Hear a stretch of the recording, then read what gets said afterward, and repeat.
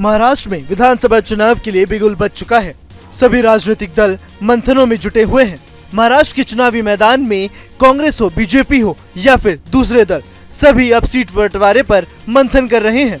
एक तरफ जहां एनडीए ने अपने 99 उम्मीदवारों की सूची जारी कर दी है, तो वहीं अब दूसरी तरफ महाविकास अघाड़ी यानी विपक्षी दल कांग्रेस, उद्धव गुट और शरद पवार गुट के बीच तनातनी जारी है। एमवीए के सहयोगियों के बीच टकराव थमने का नाम नहीं ले रहा है। साउथ मुंबई के ट्राइजेंट होटल में 9 घंटे लंबी मैराथन बैठक के बाद एमवीए नेता अभी तक सीट बंटवारे पर मोहर नहीं लगा पाए हैं। सूत्रों की माने तो कांग्रेस और शिवसेना यूबीटी के नेता अब एमवीए में मतभेद को सुलझाने और मध्यस्थता करने के लिए एनसीपी प्रमुख शरद पवार के पास पहुंच गए।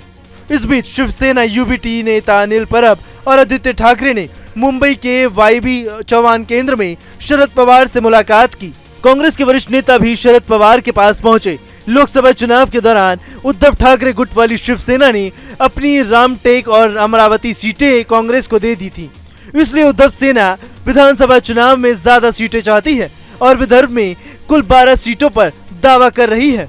शिवसेना यूबीटी का तर्क है कि इन 12 सीटों में से ऐसी सीटें शामिल है जहां एमवीए के कोई मौजूदा विधायक नहीं है। अरमोरी कृष्णा गजबे भाजपा विधायक, गढ़चिरौली देवराल होली बीजेपी विधायक, गोंदिया विनोद अग्रवाल विधायक निर्दलीय, भंडारा निर्दलीय विधायक नरेंद्र बांडेकर, चिमूर कीर्ति कुमार भांडगिया, बल्लापुर सुधीर मुंगटीवार बीजेपी विधायक, चंद्रपुर किशोर जोरगेवार निर्दलीय विधायक, रामटेक आशीष जायसवाल निर्दलीय विधायक, कामठी टेकचंद सावरकर बीजेपी विधायक, दक्षिण नागपुर मोहन मते बीजेपी विधायक, अहेरी धर्मराव बाबा अत्राम राकपा अजीत पवार गुट के विधायक, भद्रावती वरोरा कांग्रेस विधायक प्रतिभा धानोरकर लेकिन वर्तमान में लोकसभा में सांसद हैं।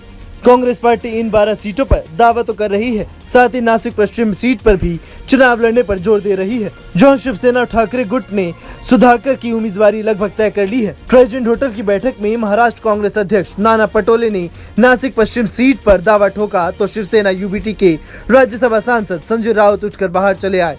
शिवसेना ठाकरे समूह ने अपने विधायकों की तत्काल बैठक बुलाई। ऐसा लग रहा है कि अगर शिवसेना यूबीटी और कांग्रेस के बीच खींचतान बढ़ती रही तो इसका सीधा फायदा बीजेपी और एनडीए के सहयोगी दलों को मिलेगा।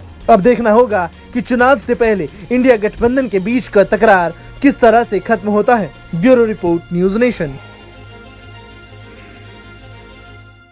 न्यूज नेशन अब व्हाट्सएप पर खबरों की ताजा अपडेट के लिए न्यूज नेशन के इस क्यूआर कोड को स्कैन करें।